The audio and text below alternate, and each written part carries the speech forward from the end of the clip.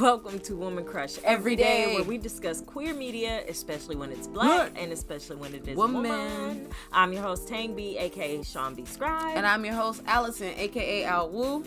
And today we are going to discuss the short film on HBO called Pure. Yes. But first, before we get into it, please go ahead and subscribe, tap in with the family, show love. We're talking about queer black women and representations every single week. So vibe with us if you're into that type of thing. You want to hear about it, and you want to get the subscriptions to know when it drops every week, so you can make sure you stay up to date on what to watch and what to talk about. Yes. Boom. Absolutely. So without any further ado, Pure.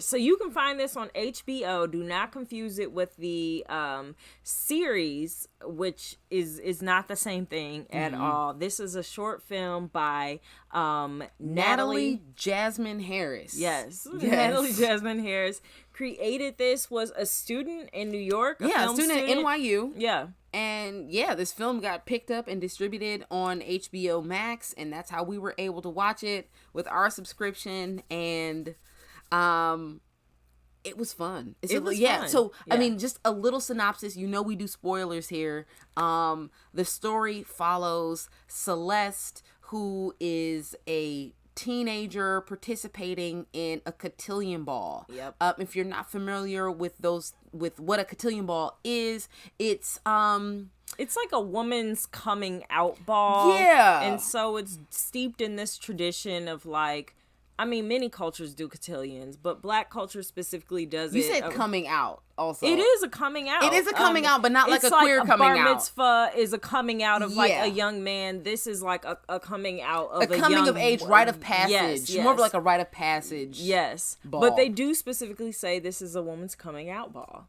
Wow. Because this is like her introduction to suitors and showing like, I am a woman of grace. Look at how I dance. I know how to sit and eat at the table. I know what the proper manners are. Look at how I dress, and I move around here with grace. And that is why I'm a viable candidate for whatever you got going on. Is really what the ball is supposed to be about. So it's like this super hetero it's a super, patriarchal thing. Culturally a super hetero, super patriarchal event, but it's something that folks, I guess you might call the talented 10th might participate. The back bourgeois participate in this sort of thing. So my sister did a cotillion. Oh, when so that's she was you in high trying school. to tell us about yourself? I didn't do one. Oh, so you trying to I tell had us my about own yourself? coming out. Okay, I had a different coming out party. Word. Anyway, this is what the film is about. We follow a character, Celeste, and her partner. I don't necessarily want to call him a suitor, but like her best friend, who is also her date, her dance partner, escort to the cotillion, Amir, and their time around preparing for this cotillion. Yeah, so we kind of like, I mean, obviously we talk about queer stuff here, so this is like a queer story. We're going to get into it. Yeah. But that's kind of like this. We follow Celeste going to participate in her cotillion ball, and, her identity struggles, battles, coming to terms with her sexuality. Yeah. Is the base of the film. So let's get into favorite moments. All right. So, my favorite scene, I think, was... I have two favorite scenes. Okay. But if I had to say, like, first one's first, I really loved the final scene, the cotillion dance. Yeah. Where we see Celeste kind of step into herself and decide like, hey, I'm going to put myself out here. I'm going to dance with this woman that I am attracted to. Joy. And she's just my jam. Yeah. And we watch her do that, and we watch her best friend celebrate her in that moment. So that's like my number one. Yeah. Maybe like a close second is seeing Celeste in the poetry club or whatever when they're talking like about open that. Mic. Yeah, that open mic scene, that was cool. That was really cute. I liked her poem for that, and talking about like processing her hair and like making it straight and like trying to fit into this straight mode. And they were so poetic with that. Yeah. It was very like, it took me back to teen years of going to the open mics and, you know, being a part of that and just like finding a way to put your voice out there and say things without saying things and, you know, keep it chill. Yeah. Try not to put yourself out there too much, but so I really did like that. Remember that? I'm sorry. It's so funny, like when you didn't want to put yourself out there like that. It's just like hilarious. How many people cared? Like everybody cared so much. Actually, they would have been so thrilled if you actually put yourself out there because they're also scared and they look for somebody brave. Anyway, I like that. I really like the scene where Celeste and Amir are in the bathroom and they're like, they've come out of cotillion practice where they're like prim proper. She's got this like white dress on, which I'll come back to that. Why are you riding a bike with a white dress on? I know because it looks good on camera, but I'm just saying. Hilarious. You know, she was really riding for her dyke realness. She was, you know what I'm saying? She was like, look, I am a lesbian, y'all. I was like, you gonna ride with the white dress on the bike? Dress. Like, you're not worried about a puddle splash. You're not worried about like, do you even have like the mud flaps on your tires? I didn't even see. I gotta go back and look if it was mud flaps on there. Anyway, so I really like when they are coming out of the cotillion, they're in the bathroom and they are like getting ready for the open mic kind of queer friendly night. And you know, they're putting on the makeup. They did it for each other. Shout out to, you know, we got like Detroit talent in here. Yeah. Metro Detroit. I'm not sure. So yeah, shout out to the actor who played Amir. So that was dope. But yeah, putting on the like eyeliner and then he puts hers on and like glitters her up and they're ready to, you know, go out there and be proud and be their true selves. And it was beautiful to see her have that companion who could hold her secret, but also like hold her openness. And yeah, that made me feel warm that was a nice warm and fuzzy scene. Yeah. Shout out that scene. Yeah. Okay, so your woman crush. I think my woman crush, I love Celeste. She is adorable. But the boldness of Joy, Joy made the first bold move of being like, come to this party. And then Joy was like, I'm going to guide you up these stairs. I'm gonna be like, you gonna sit on my bed? Like, she put herself out there. She made those moves. She called her the next day, and Celeste kind of dodges the call. And I just like think, man, it's just, Joy was ready. She was ready, and I wish I had that. I admired it. I wanted that kind of bravery in high school, and I feel like I was more like Celeste. Like, I don't know. Maybe I am straight. Maybe I'll just, I don't know, figure that out. I don't know. I think that's so funny because I think for femme presenting women, I think like the straight world doesn't understand just how aggressive feminine presenting queer women are. Like actually, it's not the studs, bro. Like it's not the masculine presenting women causing a stir. Okay, like really, y'all really aren't out here like trying to turn people out. I mean, some of us are, but like honestly. For the most part, it really be the films. Like, Like, oh, I mean, if you want to come over. You know what I'm saying? Like, what? So it's because if you finally get to the point of, I affirm with myself, I want this interaction, who is checking for you? Yeah, in that's the straight thing. World. Like, so like, you have to go and put yourself out there. That actually stressed me out, how femmes just get their freedom papers, y'all just get to walk out, you know, y'all pass. Yeah. And y'all live in that freedom. Yeah. I mean, I'm not mad. You know what I'm saying? Like, shout out. But, you know, like, there is something that is there. That's like, you can do that. Yeah. And I mean, I think, I don't want to say that will always be, or like there's this like constant barrier. But I think we do see that. Yeah. In the real world. Yeah. Yeah. I think what's unfortunate, so this is a hard detour. Not hard detour, but a detour from the film, but thinking about there was this period in like 2012-ish. So before that, where I was living, all the queer women had natural hairstyles, all had this particular kind of dress, and were doing this like urban quirkiness thing. And that's how I knew, like, oh, this is another queer woman, like how we are identifying each other amongst the straight people.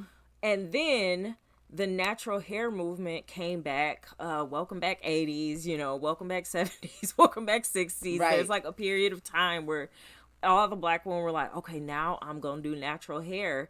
And now I'm going to embrace this like black bougie, which kind of looks like urban cork. And I was like, who are people? And I felt like I had found this like fringe thing that fit with who I was, that then got like washed back into popular culture. And I think it's like, what do you call freedom? Because I think there is a freedom to like being ambidextrous and fitting in the straight world, but also flipping into the queer world. But then there's also this thing of just like trying to find the world. Whew.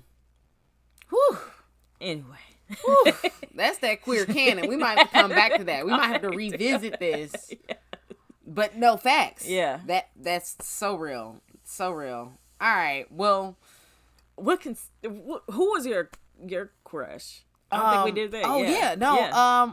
My woman crush goes to Celeste. It goes to Celeste. She served up baby dyke realness so fiercely.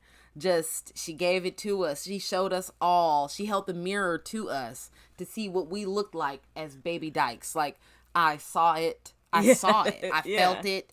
And it was, she embodied it. And it was beautiful. So, awesome. Shout out her. Shout out Natalie Jasmine Harris for putting this together and finding these people. What the team, the creative team that made this happen. I think you captured that exceptionally well. Oh, moving on to what can stay and what can go then. All right. So, what can stay? I have, I was moved to appreciate the cotillion ball. Yes. This wasn't something that I grew up with, but I think it's cool. We're queering it. We're showing that there is a safe space in this space. So, shout out. Whoop-de-whoop. Boom. What can go? I think my man Amir bailing was kind of whack to me. You know what I mean? Like, I felt like Amir didn't need to bail because aren't you like queer too? Like, and this is like when Celeste wasn't going to take Joy to the they got into this fight about it, and it was just like he wanted her to do more to express her queerness. And I mean, she kind of like threw him in some stuff, but it was also like, I mean, chill out. So I don't know. I thought that was weird, but it's kind of controlling, like throwing an ultimatum out there, like either you go to the ball with her or you go to the ball alone. It's like, okay, like, didn't we not do this whole process together? Like, can't you just go as my friend? And so I think like friends who act like that, it's like, don't be like that, dog. You gay. Chill out. I think both of them could have come out, and then that to me would have felt more like a friendship in that space. Yeah. And but there we go. That's my can stay and can go. Right. It really is young people stuff where people are in their feelings and don't participate. Wah. Yeah. All right. What can stay? What can go? I think what can stay is, despite Amir's I'm gonna try to like play puppet master by forcing you into something, just the fact that there are kids who have this group where they can support each other, where they have somebody to talk to. And again, it keeps going back to this thing that I think kind of fuels this flame of like, don't be a flamer. The parents have of like, oh, my kid is gay, they're gonna end up alone. It's just like all of these stories are showing us none of these kids are alone. So many of these kids all have somebody. They all have a group. They are not alone. So that can stay. I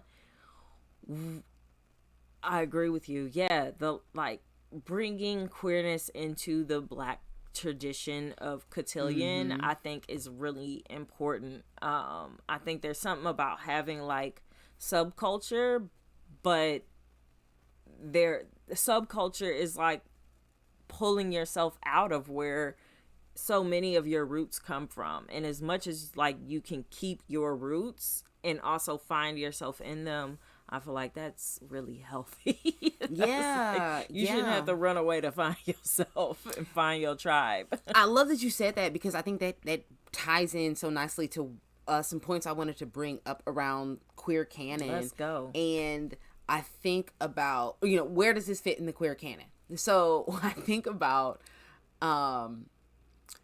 the decision to show those images of her mother and grandmother who participated in cotillion balls, and how the tradition can still continue. Like, it doesn't have to end if folks don't do it the exact same way. Like, how do we still celebrate our traditions and honor our traditions without, not allowing space for our true selves to be present? So I just thought that was really cool. I'll just leave it there. I just thought it was a really beautiful decision to honor this history that hasn't necessarily been validating, but to say, I'm going to carve out a space to say, no, we're here, we're queer, let's cotillion. And we ain't going nowhere. Let's ball, honey. Yes. You know what I mean? Like, let's do it. And if you haven't seen a cotillion yet, this is going to be the best party you ever been to. Okay? Yeah. I agree because I think what the film centers on is Celeste's belief that she doesn't fit into this tradition. And what I think is beautiful is when she does finally ask Joy to dance, nobody stands up and says, no, we can't have girls and girls dancing together. Like, nobody bats an eye. Nobody starts filming. Like, nothing happens. They dance. That's all that happens. Her date steps to the side. He really did step to the side. He really did take the dog and step to the side. That's funny. But shout out. Yes. But I think it's so important because it takes it from this thing of, I don't belong here and this isn't acceptable here, to it's actually not about what everybody else thinks. Everybody else is not, in this scenario, tripping.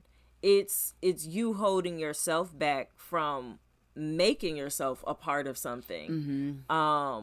Something that everybody else still wants you to be a part of. Yeah.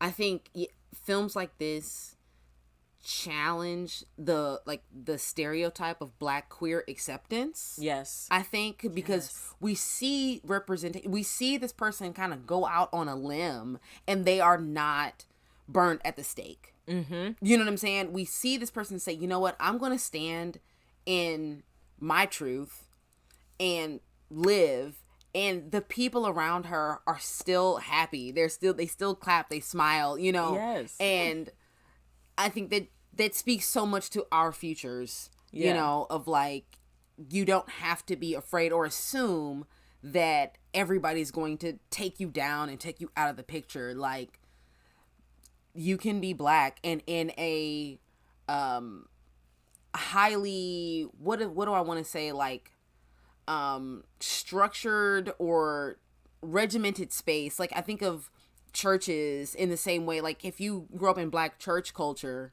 very much it feels like you have to, not only say have to, but there are ways to perform. There are expectations for how you are supposed to present yourself and be and live and all that stuff. And so I think, like, folks who come from church worlds, if you haven't done cotillion, can still see this and understand, like, okay, there is something that you have to perform for, but this is a film that shows you people who are in those worlds of high performance standards and challenging that and pushing that forward. I think that film really shows you that push forward, and I think that's great for the film canon and just a really beautiful thing. Yes. Any film where you walk away and you got to be Black and queer and you just get to walk away with happy feelings. Yeah, absolutely. I feel so good. And not to say that needs to be every film, because I don't think every film needs to be that. But it's so it's so beautiful to know that we have more films like that. Yeah. The dogs are going crazy. The dogs are going crazy right now, but we're not going to worry about that because, I mean, that's essentially the review. Yeah, that's the review. So definitely check out Pure on HBO Max. Look for the short film. Yes. Share it with people, and Yes, indeed. We hope you enjoyed it as much as we did, and let us know if there are other films out there that we should talk about in the comments. Let us know what you think of the film and all that good stuff, and we'll see you next week. Peace. Peace, y'all.